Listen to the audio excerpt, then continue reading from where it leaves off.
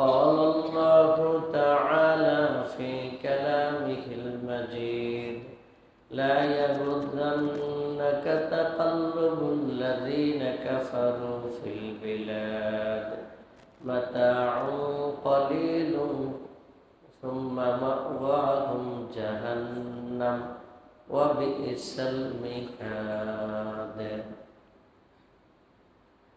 قال رسول الله صلى الله عليه وسلم من أصبح منكم آمنا في سربه معافيا في جسده وعنده قوت يومه فكأنما حيزت له الدنيا أو كما قال عليه الصلاة والسلام. وقال رسول الله صلى الله عليه وسلم إنما الغنى غنى النفس أو كما قال عليه الصلاة والسلام. সম্মানিত মুসল্লিবৃন্দ, ইমানদার মুসলমান ভাইরা, মহান আল্লাহ রাব্বুল আলামিন অত্যন্ত দয়া করে রহমত দিয়ে আমাদেরকে আজকে পবিত্র জুমার দিনে সালাতুল জুমা আদায় করার জন্য মসজিদে সমবেত হওয়ার তৌফিক দিয়েছেন, সুযোগ করে দিয়েছেন।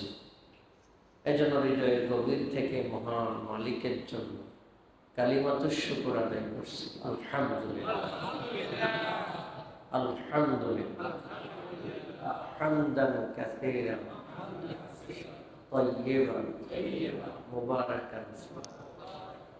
দুরূদ ও সালাম পেশ করছি মানবতার মহান শিক্ষক সৈয়দুল মুরসালিন খাতামুল আম্বিয়া বিশ্বনবী হযরত মুহাম্মদ মুস্তাফা সাল্লাল্লাহু আলাইহি ওয়াসাল্লামের প্রতি। পৃথিবীর শুরু থেকে নিয়ে আজ পর্যন্ত যারা যেখানে দ্বীনের জন্য ভূমিকা পালন করেছেন, ঈমানের সাথে পৃথিবী থেকে বিদায় নিয়েছেন, আল্লাহ তাআলা তাদের সকলকে জান্নাতের মেহমান হিসেবে কবুল করুন, আল্লাহুম্মা আমিন। সম্মানিত উপস্থিতি, আমি আপনাদের সামনে পবিত্র কোরআনের 3 নম্বর সূরা আলে ইমরানের 196 এবং 197 এই দুইটি আয়াত তেলাওয়াত করে শুনিয়েছি। আপনাদের সামনে রাসূল করিম সাল্লাল্লাহু আলাইহি ওয়াসাল্লামের অগণিত হাদিস থেকে জামিউত তিরমিজিতে উল্লেখিত 2349 নম্বর হাদিস এবং সহিহ বুখারীতে উল্লেখিত আরো একটি হাদিস আপনাদের সামনে পাঠ করে শুনিয়েছি। যে আয়াতগুলো আমরা শুনলাম, যে হাদিসগুলো আমরা শুনলাম, সে আয়াত এবং হাদিসের আলোকে আজকে আমরা ইসলামী শরীয়তের দৃষ্টিতে মুসলিম উম্মার জন্য, মানব জাতির জন্য একটি চমৎকার মোটিভেশন, একটি চমৎকার প্রেরণা, সেটা হলো অল্পে তুষ্ট থাকা। অল্পে তুষ্ট থাকা। আমার চেষ্টা তৎপরতা পরে আল্লাহ তাআলা আমার জন্য যতটুকু বরাদ্দ রেখেছেন ততটুকুতেই তুষ্ট থাকা, অযথা পেরেশানি না করা। এই ব্যাপারে ইসলাম আমাদেরকে কিভাবে অনুপ্রাণিত করে, ইসলাম কিভাবে আমাদের মানসিকভাবে আমাদেরকে সাহস যোগায়, আজকে কোরআন এবং হাদিসের আলোকে আমরা সে অল্পে তুষ্টের বিষয়টা জানার জন্য চেষ্টা করব ইনশাআল্লাহ। আমি যে আয়াতগুলো আপনাদের সামনে তেলাওয়াত করেছি, আগে আয়াতগুলোর অর্থ শুনি। আল্লাহ রাব্বুল আলামিন বলছেন, লা ইয়াগুররান্নাকা তাকাল্লুবুল লাযীনা কাফারু ফিল বিলাদ মাতাউন কালিলুন সুম্মা মাওয়াহুম জাহান্নাম ওয়া বি'সাল মিহাদ। আল্লাহ তাআলা বলেন লা ইয়াগুররান্নাকা, এটা হলো নুনে সাকিলা আছে শব্দটার মধ্যে, লা ইয়াগুররান্না, নুনের মধ্যে তাসদিদ আছে। তাসদিদ যুক্ত নুনকে আরবি ব্যাকরণ অনুযায়ী বলা হয় নুনে সাকিলা। নুনে সাকিলা, নুনে সাকিলা আরবি ব্যাকরণ অনুযায়ী এটা দ্বারা তাকিদ বোঝায়, দৃঢ়তা বোঝায়।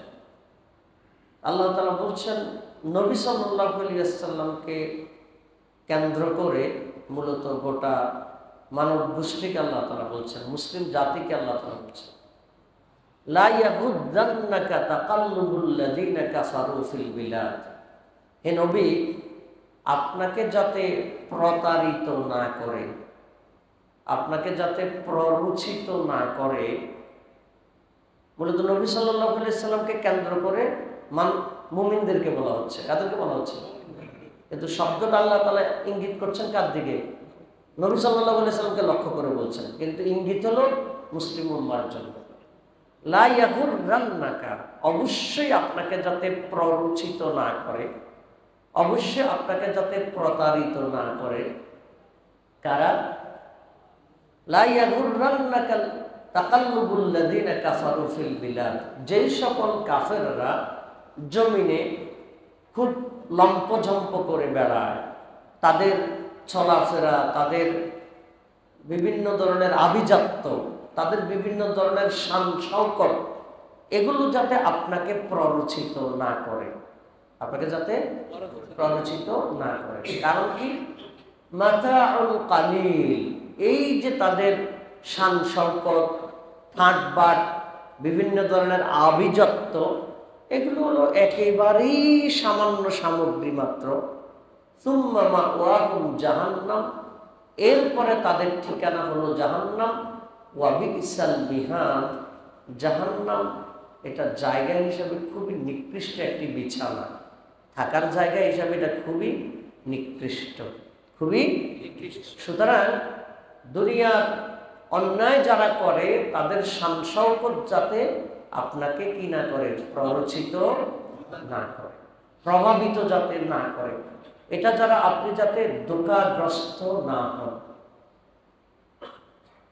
এই যে একটি আয়াত, ছোট্ট আয়াত, কিন্তু এখানে আমাদের জীবনের জন্য অত্যন্ত চমৎকার শিক্ষা আছে।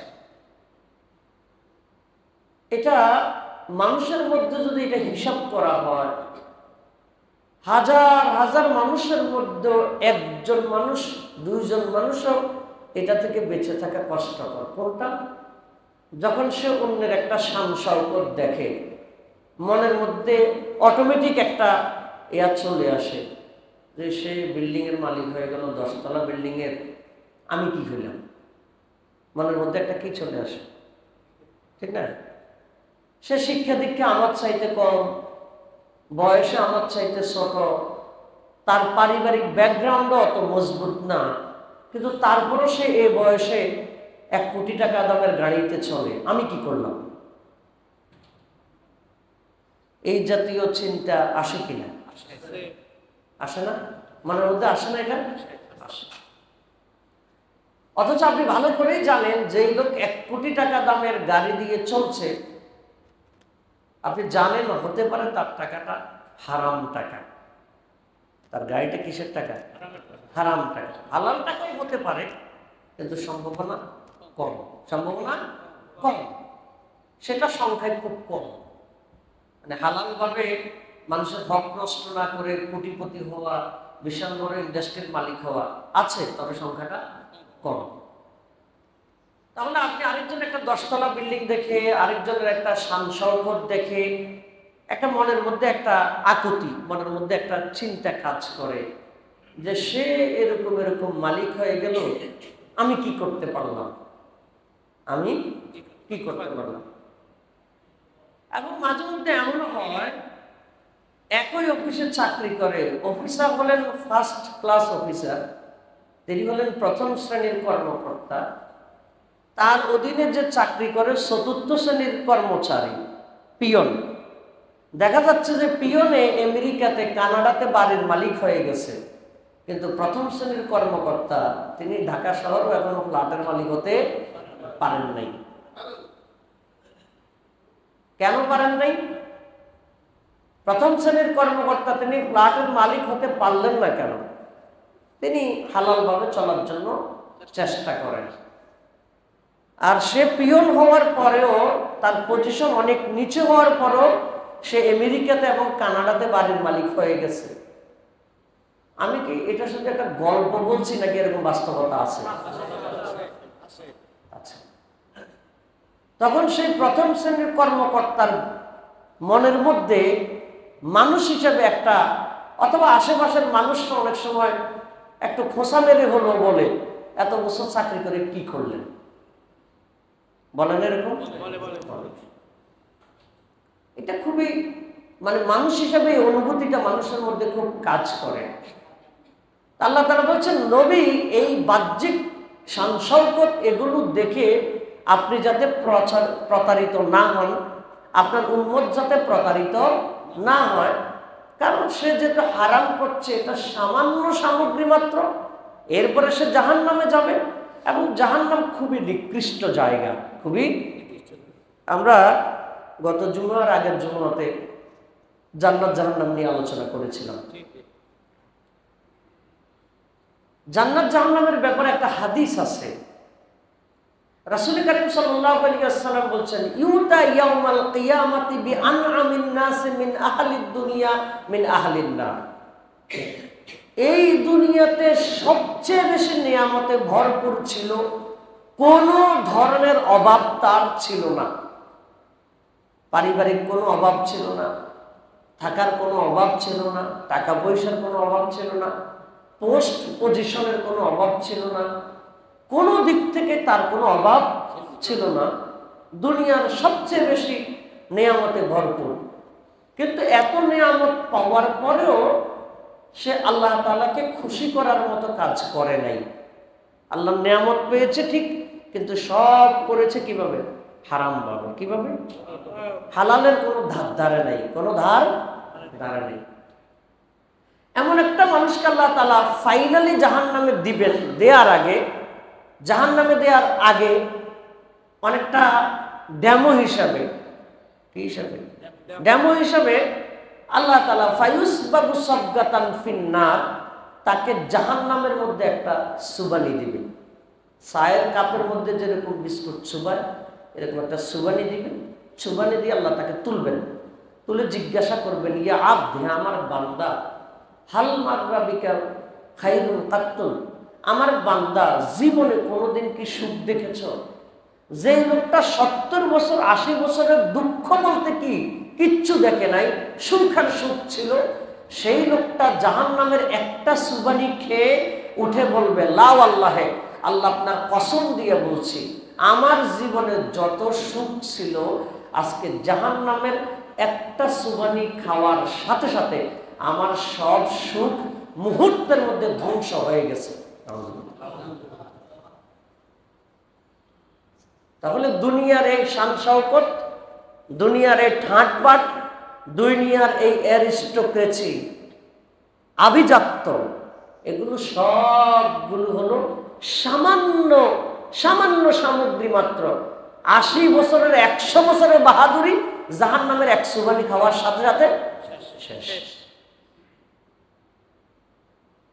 এই জন্য দুনিয়ার এই সকল চাকচিক্য দেখে আমরা যাতে প্রতারিত না হই, আমাদেরকে অল্পে তুষ্ট থাকার সেই হিম্মত, সেই যোগ্যতা, সেই তৌফিক, সেই নিজেকে গড়ে তোলার সেই ধরনের একজন মানুষ হওয়ার জন্য আমাদেরকে চেষ্টা করতে হবে।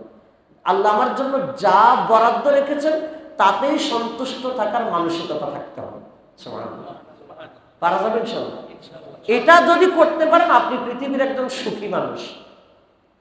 আপনি পৃথিবীর একজন কি মানুষ? সুখী মানুষ। কিন্তু এই গুণটা অর্জন করাটা সহজ না। এই গুণটা অর্জন করাটা কি সহজ না, এটা কঠিন। কিন্তু আপনি যদি কঠিনটা যদি অর্জন করতে পারেন, আপনি পৃথিবীতে অত্যন্ত একজন সুখী মানুষ। পৃথিবীর কোনো ধরনের উত্থান পতন, পৃথিবীর কোনো ধরনের বিপদ আপদ কোনো কিছুই আপনাকে তখন আর দুর্বল করতে পারবে না, আপনার মনের মধ্যে যদি সেই শক্তিটা থাকে। সেই শক্তিটা দিবেন কে? আল্লাহ।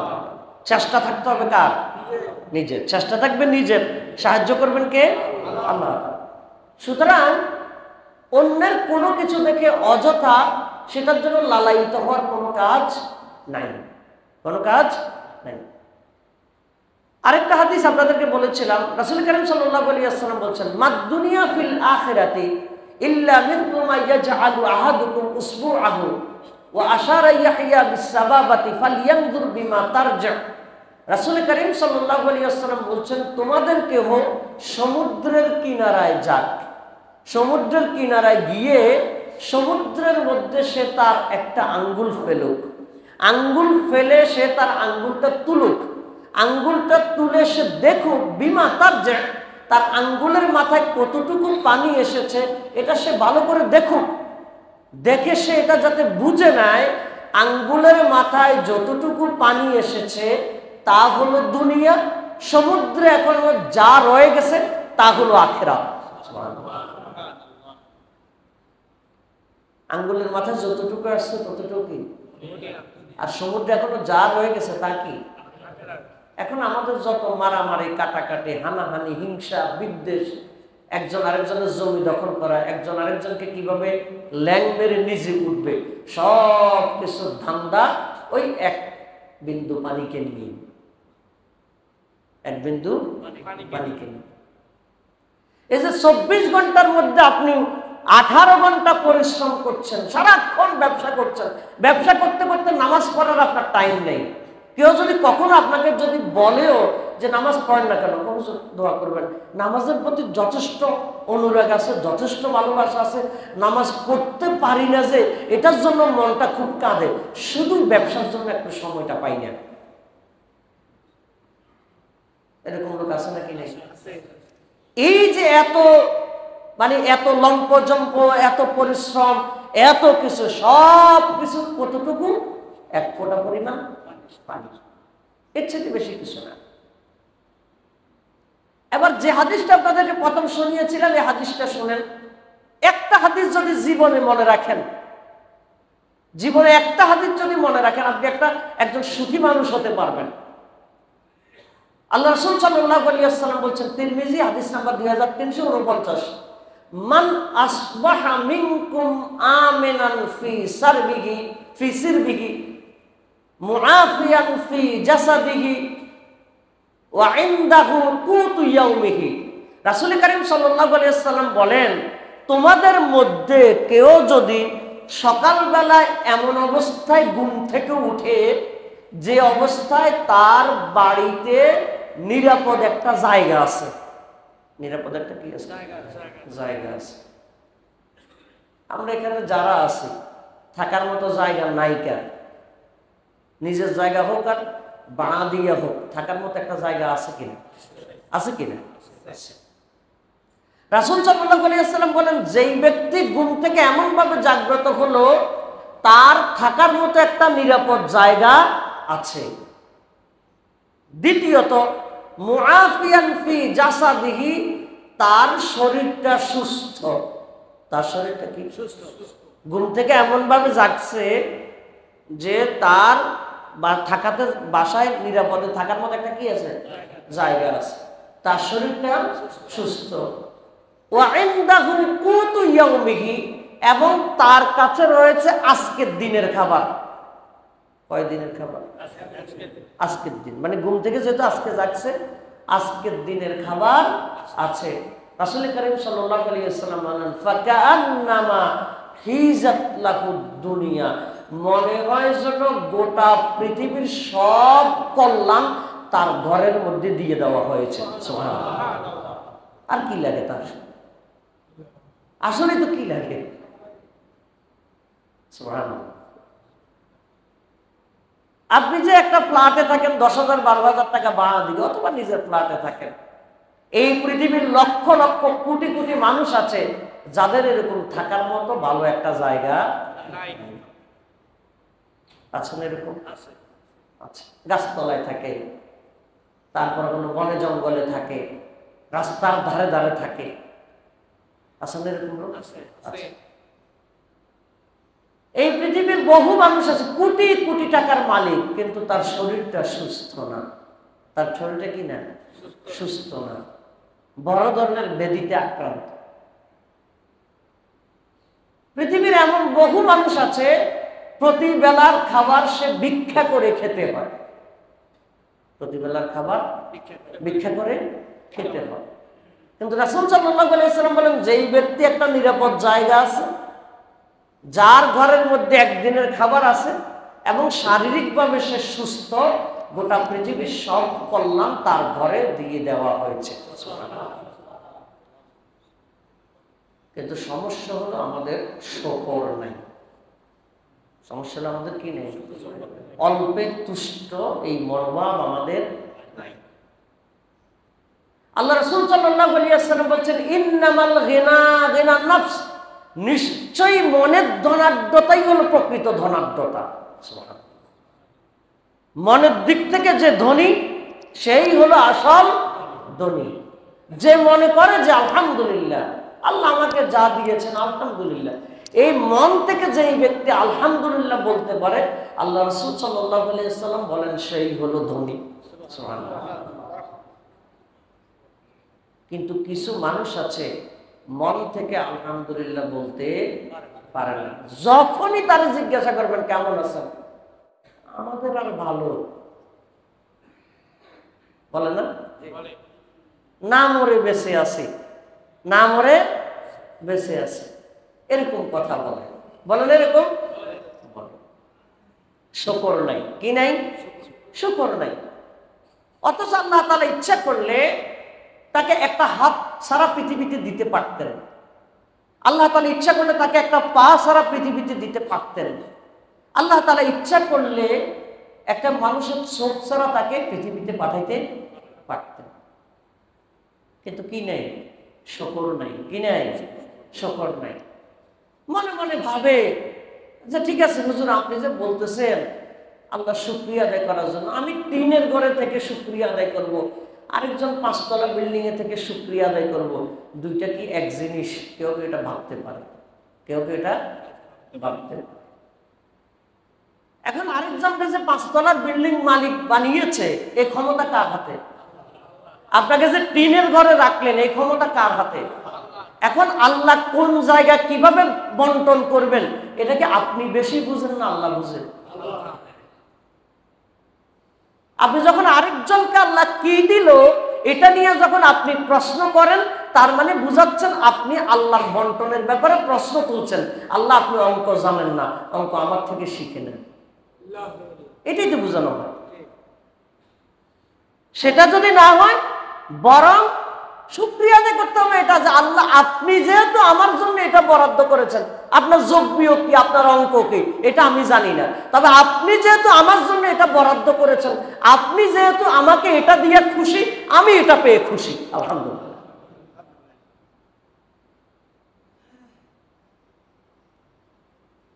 14 নম্বর সূরা ইব্রাহিমের 7 নম্বর আয়াত আল্লাহ তাআলা বলছেন, লাইন শাকারতুম লা আযীদান্নাকুম ওয়া লাইন কাফারতুম ইন্না আযাবি লাশাদীদ। আল্লাহ তাআলা বলেন, যদি তোমরা আমার শুকরিয়া আদায় করো, অবশ্যই অবশ্যই আমি তোমাদেরকে নিয়ামত আরো বাড়িয়ে দিব। সুবহানাল্লাহ। শুকরিয়া আদায় করতে হবে। এবং ওই যে বললাম যে কিছু মানুষ আছে সারা জীবন নাই নাই বলে, কি বলে? নাই না, আগের মতো নাই, আগের মতো নাই। মানে 2010 সালে জিজ্ঞাসা করছে, সে বলে যে আগের মতো নাই, মানে 9 সালে ভালো ছিল। 15 সালে জিজ্ঞাসা করতেছে, সে বলছে যে আগের মতো নাই, মানে 14 সালে আরো ভালো ছিল, 15 সালে আরো খারাপ হয়ে গেছে। 24 সালে তারা জিজ্ঞেস করে, সে বলে যে আগের মতো নাই, মানে 23 সালে সে আরো ভালো ছিল। 30 সালে তারা জিজ্ঞেস করে কেমন আছেন, কয় যে আগের মতো নাই, মানে 29 সালে আরো ভালো ছিল। তো প্রত্যেকবার আগের মতো নাই, মানে তার মানে তো সে এতদিনে মরে যাওয়ার কথা, কারণ 2009 থেকে শুধু কমতেই আছে কমতেই আছে, এতদিনে তো সে মরে যাওয়ার কথা, মরে না তো।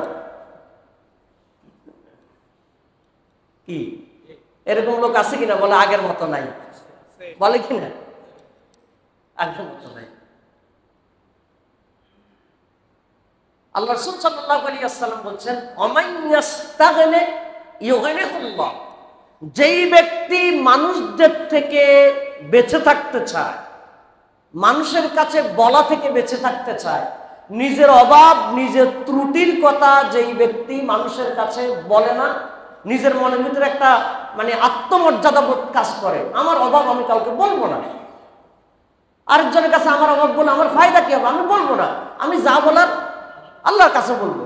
যার ভিতরে এই কনফিডেন্স আছে, সেলফ কনফিডেন্স আছে, আত্মবিশ্বাস আছে, রাসূল সাল্লাল্লাহু আলাইহি ওয়াসাল্লাম বলেন ইউগনিহুল্লাহ, আল্লাহ তাকে এমন একটা ব্যবস্থা করে দেন আর সে কখনো মানুষের কাছে বলা লাগবে না। সুবহানাল্লাহ। তার এই দৃঢ়তাই আল্লাহ তাকে এমন শক্তি দিবে সে আর কারো কাছে বলা লাগবে। আর যেই ব্যক্তি শুধু মানুষের কাছে নিজের অভাবের কথা বলে, নাই তো নাই, আগের মতো নাই, শেষ, আমার সব শেষ। যেই ব্যক্তি একটা কোনো বিপদ আপদ, হঠাৎ আপনার একটা দুর্ঘটনা ঘটে, আপনার কোটি টাকার ব্যবসা শেষ হয়ে গেছে, এটা হলো একটা বড় বিপদ। কিন্তু এটা ছাড়া সকাল বিকাল নাই, সকাল বিকাল নাই, নাই।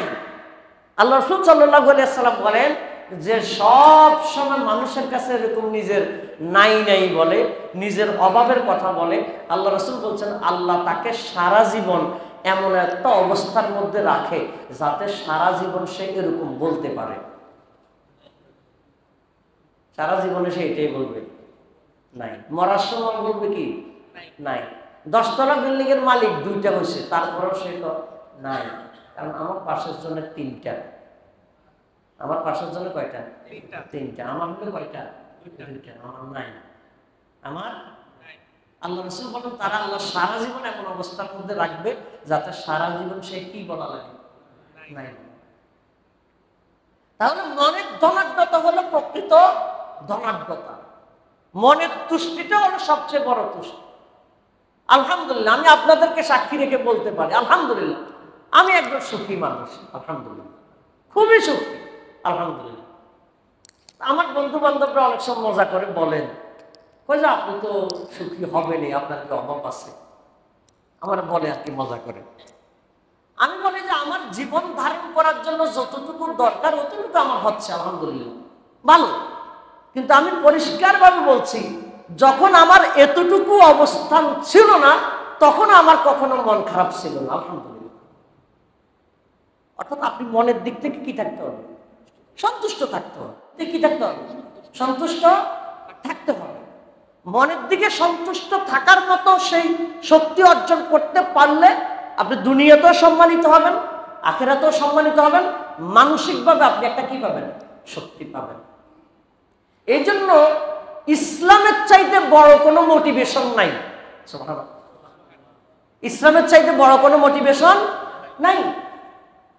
পৃথিবীর আত্মহত্যা করে যেই সকল দেশগুলো, ওই সকল দেশগুলোর মধ্যে গবেষণা করা হলো সবচেয়ে বেশি আত্মহত্যা হয়ে থাকে ওই সকল দেশগুলোতে যেই সকল দেশের মানুষেরা বেশিরভাগ ধর্মহীন। কিহীন? কোন ধর্ম যারা মানে না, এই সমস্ত লোকেরা বেশিরভাগ ক্ষেত্রে কি করে? আত্মহত্যা করে।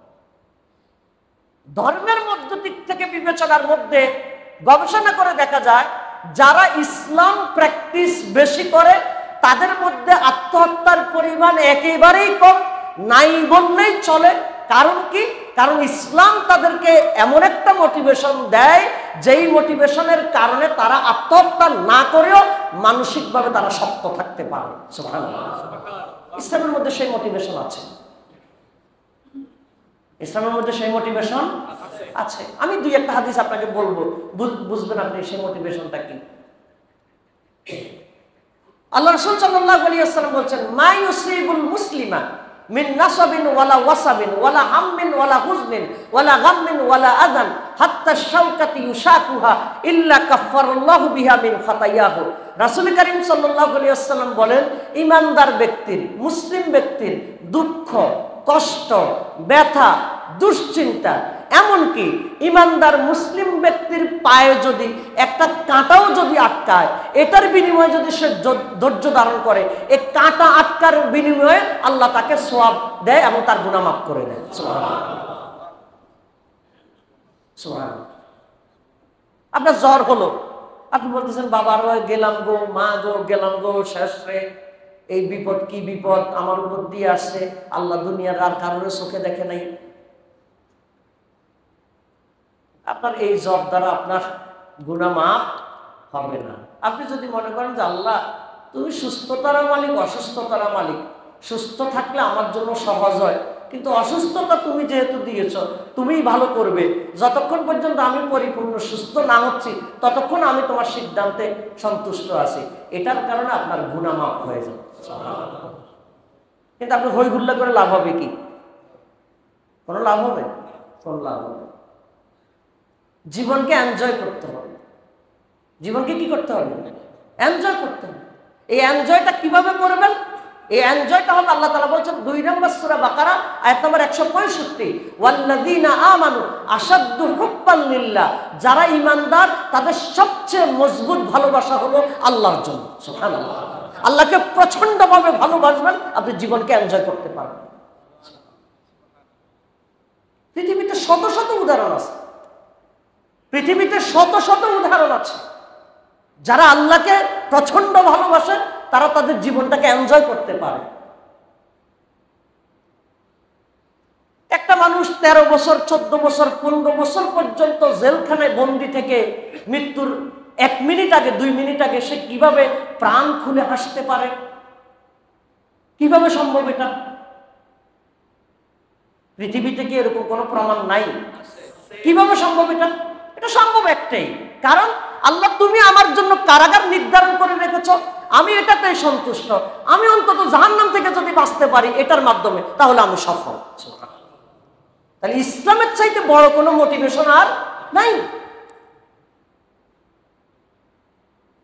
কথা কি বুঝে আসছে?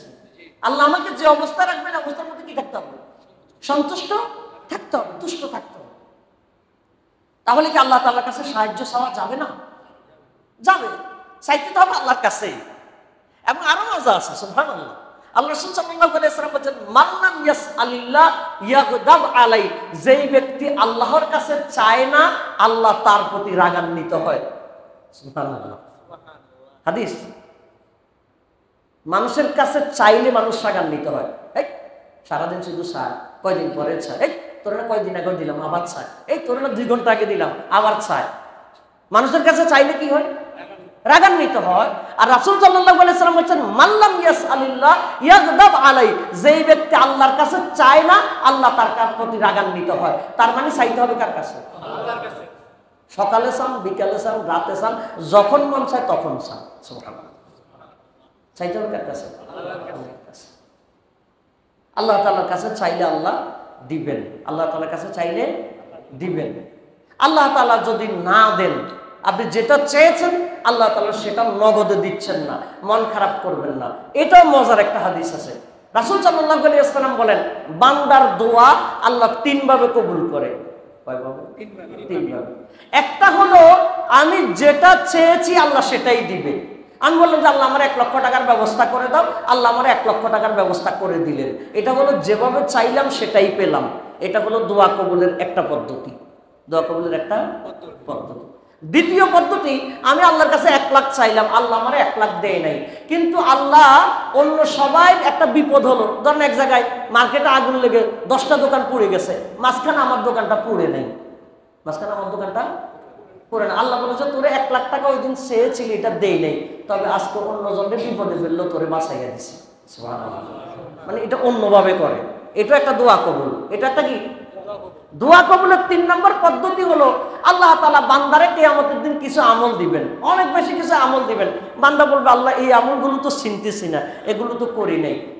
আল্লাহ বলবেন তুই যে আমার কাছে দোয়া করছিলি, কিছু দোয়া তো আমি তোর জন্য দুনিয়াতে কবুল করি নাই, এই দোয়া যেগুলো কবুল করি নাই এই দোয়াগুলো তোর জন্য জমা রাখছি, এগুলো আখিরাতে তোর পুরস্কার হিসাবে দিলাম।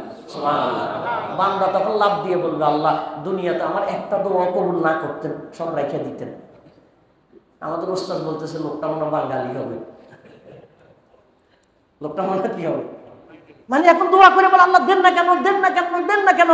আর হাসরের ময়দানে যখন দেখবে যে দোয়ার পরিবর্তে আল্লাহ কি দিচ্ছে, সওয়াব দিচ্ছে, তখন বলতেছে আল্লাহ 1 লাখ টাকা না দিলেও চলতো, আমার জন্য সওয়াব রেখে দিতেন। সুবহানাল্লাহ। তাহলে চাইতে হবে কার কাছে? অল্পে তুষ্ট থাকতো, অল্পে তুষ্ট চাইবেন, আল্লাহর কাছে চান, কোনো সমস্যা নেই। এই চাওয়ার ক্ষেত্রে মানসিকতাটা ঠিক করা লাগবে। আমরা অনেক সময় আল্লাহ তাআলার কাছে একটা নির্ধারিত জিনিস চাই। কি চাই? নির্ধারিত জিনিস। কেমন? যে আল্লাহ আমার যে করে হোক 5 লক্ষ টাকার ব্যবস্থা করে দাও। কয় লক্ষ টাকা? আপনি কান্নাকাটি করতেছেন, আল্লাহ যে করে হোক আমার 5 লক্ষ টাকার ব্যবস্থা করে দাও। কারণ 5 লক্ষ টাকার ব্যবস্থা করলে আপনার ধরেন আপনার 3 লাখ টাকা ঋণ আছে, 3 লাখ টাকা ঋণ পরিশোধ করে 2 লাখ টাকা আপনি টুকটাক কিছু কাজ করবেন। আল্লাহ যে করে হোক আমার 5 লাখ টাকার ব্যবস্থা করে দাও। আপনি আল্লাহর কাছে চাইছেন কয় লাখ? 5 লাখ। অনেক কান্নাকাটি করার পর আল্লাহ 5 লাখ দিয়েছে। 5 লাখ টাকা ব্যাংক থেকে উঠাই আনতেছেন, উঠে আনার সময় ডাকাইতে নিয়ে চলে গেছে। আল্লাহর কি দোষ? আল্লাহর কাছে 5 লাখ চাইছেন, আল্লাহ তো দিয়েছে। আল্লাহ দেয় নাই? আপনি আল্লাহর কাছে 5 লাখ চাইলেন কেন? এটাই আপনার সমস্যা। আপনি আল্লাহর কাছে নির্ধারিত অ্যামাউন্ট চাইবেন না। আল্লাহ বলবেন আমি এই সমস্যা আছি, এই সমস্যা আমার 5 লাখ সমস্যা, এই সমস্যা তুমি আমার সমাধান করে দিবা। 1 লাখ টাকা সমস্যা করে দিবা, সমাধান করে দিবা, নাকি 1 লাখ টাকা 1 টাকা সমাধান করে দিবা, এটা আমার দেখার বিষয় না। আমার বিষয় না, আমি সমস্যা করছি, তুমি গায়বীভাবে হলো আমার সমস্যার সমাধান করে দাও। সুবহানাল্লাহ। আপনি টাকা চাইলেন কেন আল্লাহর কাছে? আপনি সমস্যার সমাধান চান। আপনি আল্লাহর কাছে তরুণ মানুষ, ইয়াং, আল্লাহ এই মেয়েরে আমি ভালোবাসি, এই মেয়েরে যদি আমি না পাই আমার দুনিয়া শেষ, আমার দুনিয়া শেষ। আল্লাহ আমার দুনিয়ার আর কিচ্ছু লাগবে না, এমন একটা সুন্দরী রূপবতী বউ যদি আমি পাই আমার জীবনটা সার্থক। আল্লাহ কই দিলাম। আপনি চাইছেন অনেক কান্নাকাটি করেন, আল্লাহ কই যে দিলাম। দেওয়ার পরে সে এখন পরকিয়া করে। কি করে? আল্লাহর কাছে তারে চাইলেন কেন? আপনি সুনির্ধারিত ভাবে আপনি আল্লাহর কাছে তাকে চাইলেন কেন? এটাই তো আপনি ভুল করেছেন। আল্লাহর কাছে বলতে হবে আল্লাহ আপনি আমাকে এমন একজনের ব্যবস্থা করে দেন যে আমার প্রতি অনুগত থাকবে, যে ব্যক্তি আমাকে দিন পালনে সহযোগিতা করবে। সুবহানাল্লাহ। আল্লাহ কিভাবে করবে এটা আল্লাহর ব্যাপার। কথা কি বুঝে আসছে কি? অল্পে তুষ্ট থাকতে হবে। কি থাকতে হবে? আল্লাহর সিদ্ধান্তে সন্তুষ্ট থাকতে হবে।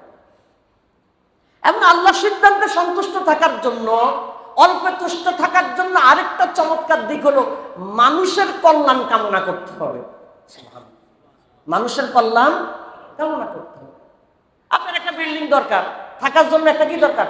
বিল্ডিং দরকার। আপনার পাশে আরেকজন বিল্ডিং এর মালিক হয়ে যাচ্ছে, আপনি বলতেছেন চাইলাম আমি, আল্লাহ দিতেছ তারে। চাইলাম আমি, আল্লাহ দিতেছ তারে। এই তো নামাজও পড়ে না, তারপরে তারা বিল্ডিং এর মালিক বানাই দিতেছ। আমি তাহাজ্জুদও করি, তারপরে তুমি আমার বিল্ডিং দিলা না।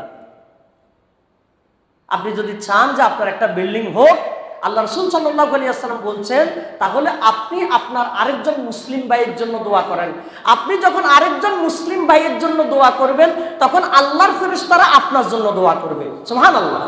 আপনি যদি চান যে আপনার আবাসস্থলটা ভালো হোক, আপনি আরেকজনের দোয়া করেন, আল্লাহ আমার অমুক ভাইয়ের কোটিপতি বানাই দাও, আল্লাহ আমার অমুক ভাইয়ের লাখপতি বানাই দাও, আল্লাহ আমার অমুক ভাইয়ের 10 তলা বিল্ডিং এর মালিক বানাই দাও। মন থেকে বলেন, দেখবেন যে আল্লাহ আপনারে বানাইয়া দিবে।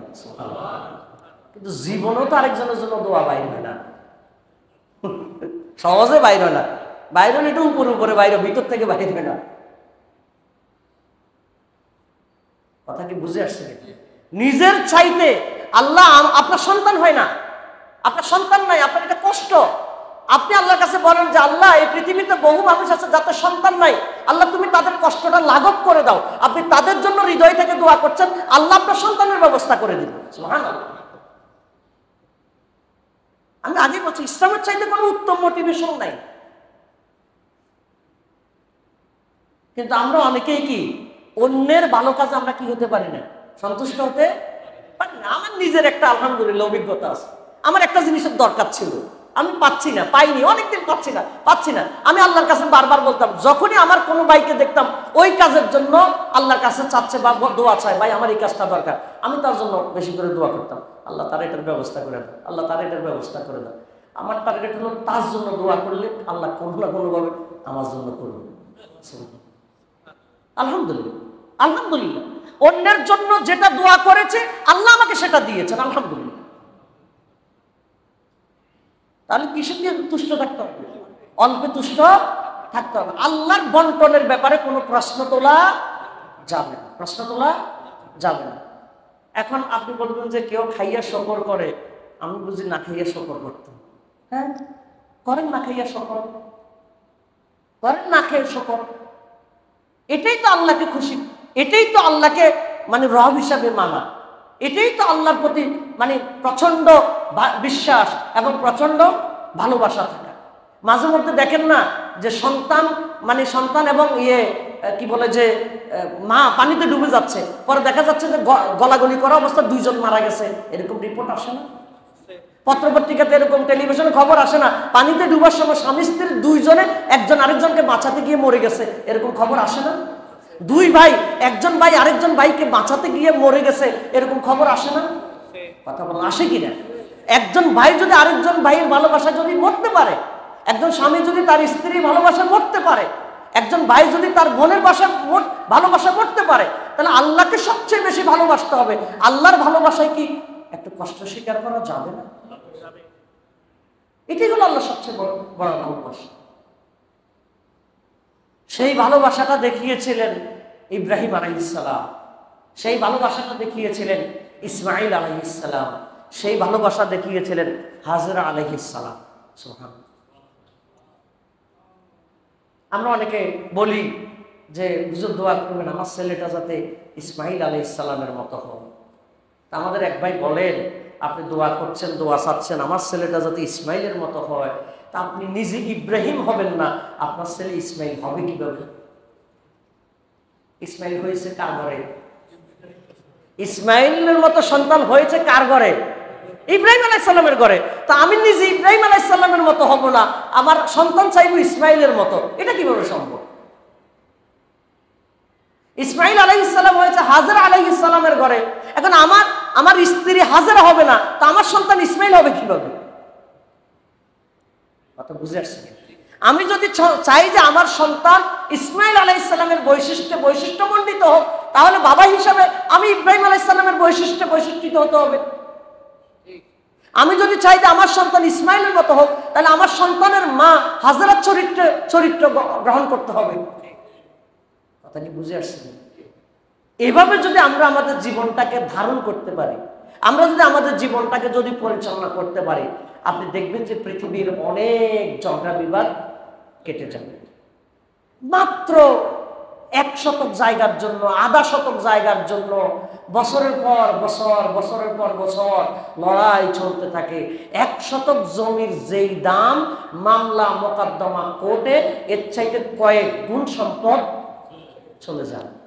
এরপরও আল্লাহর দিকে চেয়ে খুব কম মানুষে আছে ছেড়ে দেয়, খুব কম মানুষ আছে এক পর্যায়ে এটা বলে, আচ্ছা ঠিক আছে তুমি আমার উপরে জুলুম করছো, আমি আল্লাহর কাছ থেকে আখিরাতে ঠিক পুরোপুরি পাবো, এই চিন্তায় দায় ছেড়ে দেয়, দাবি ছেড়ে দেয়। এই সংখ্যা একেবারেই,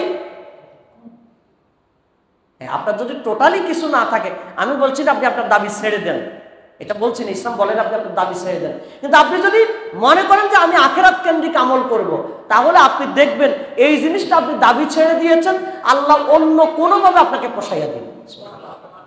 আর যে জুলুম করছে সে তার জুলুমের জবাব পেয়ে যাবে, সে তার জুলুমের জবাব পেয়ে যাবে। অনেক কিছুর মধ্যে আমাদের এই ঝামেলা আছে। এই যে এসএসসি রেজাল্ট হলো না, হলো কিনা? রেজাল্টের পরে আত্মহত্যা করছে, করে নাই? করেছে কিনা? এই আত্মহত্যা করার ক্ষেত্রে মা বাবারও কিছু দায় আছে। মা বাবারও কি আছে? দায় আছে। পাশের বাসার কি যে জরিনা A+ পেয়েছে, তুই কেন 4.96 পেলি? মানে কতটুকু পেয়েছে? সামান্য 0.4 কম পেয়েছে, 0.04 কম পেয়েছে। এই জন্য মেয়েরে সারাক্ষণ টর্চারিং এর উপর রাখছে, ছেলেরা সারাক্ষণ টর্চারিং উপর রাখছে। এই টর্চারিং এর উপর রাখার আসল উদ্দেশ্য কি? আসল উদ্দেশ্য হলো আমি পাশের বাসার ভাবিরে কিভাবে মুখ দেখাবো, পাশের বাসার ভাবিরে। অথচ বাস্তবতায় দেখা যায়, কর্মক্ষেত্রে দেখা যায় অনেক A+ ওয়ালা তার জীবনে শাইন করতে পারে নাই, অনেকে A+ না পেয়েও তার কর্মক্ষেত্রে তার যোগ্যতা অনেক এগিয়ে গেছে। এরকম উদাহরণ নাই? আপনি 0.04 পয়েন্টের জন্য আপনার সন্তানরা অযথা টর্চারিং করছেন কেন? কেন করছেন? আমি বলবো করবে যে ঠিক আছে, চেষ্টা করছিস, অবহেলা করছিস, ভবিষ্যতে যাতে আর অবহেলা না হয়, যা আর হয়ে গেছে এটাতে সন্তুষ্ট থাক, ভবিষ্যতে ভালো করে চেষ্টা কর। আপনি আপনার সন্তানকে এই মোটিভেশন দিবেন, সে আরো দ্রুত গতিতে আগানোর জন্য চেষ্টা করবে। কিন্তু আপনি তারা চাপ দিচ্ছেন, সে লুকাইয়া গিয়ে বলতেছে এই জীবন রেখে আর লাভ কি। কথাটি বুঝতে পারছেন? তাহলে আমরা কি জীবনের সকল ক্ষেত্রে, চাকরি বাকরি, ব্যবসা বাণিজ্য, বাড়ি ঘর, সকল দিক থেকে আমরা কি নিজেদেরকে অল্পে তুষ্টে, আল্লাহ যা আমার জন্য বরাদ্দ রেখেছেন তাতে কি আমরা সন্তুষ্ট থাকতে পারবো? ইনশাআল্লাহ পারবো। হাত তোলেন তো, পারবো তো ইনশাআল্লাহ? আল্লাহ আমাদেরকে তৌফিক দান করে। তবে চাইবেন আল্লাহর কাছে, চাওয়াটা কি না দোষ না, চাওয়াটা কি না। আল্লাহ রাসূল কি বলছেন? লাউ আন্নাকুম তাতাওয়াক্কালুনা আলাল্লাহি হাক্কা তাওয়াক্কুলিহি লারাযাকাকুম কামা ইয়ারযুকুত তায়রা তাগদু হিমাসা ওয়া তারুহু বিতানা। কোন ব্যক্তি যদি আল্লাহর উপরে ভরসা করার মতো ভরসা করে, তাহলে পাখিদেরকে যেমন ভাবে রিজিক দেন তিনি তোমাদেরকেও তেমনই রিজিক দিবেন। কারণ পাখিরা খালি পেটে সকালে বেরিয়ে যায়, সন্ধ্যাবেলায় ভরা পেটে ফিরে আসে। সুবহানাল্লাহ। পাখিদের কি কোনো চাকরি আছে? কোনো ব্যবসা আছে? না খাইয়া মরে? না খাইয়া মরে না। ব্যবস্থা কে করে? তা আপনি কি ঘরে বসে থাকবেন? পাখি কি ঘরে বসে থাকে? পাখি কি করে? ঘর থেকে বের হয়। আপনিও বের হবেন, আপনিও চেষ্টা করবেন, আপনিও তৎপরতা চালাবেন, তবে নামাজ বাদ দিয়া না। কি বাদ দিয়া না? নামাজ বাদ দিয়া না, আল্লাহর বিধান বাদ দিয়া না। আল্লাহর উপর ভরসা করে আমরা চেষ্টা করব। আল্লাহ তাআলা আমাদের সবাইকে সুখী মানুষ হওয়ার তৌফিক দান করুন। আল্লাহুম্মা আমিন। সুবহানাকা আল্লাহুম্মা বিহামদিকা।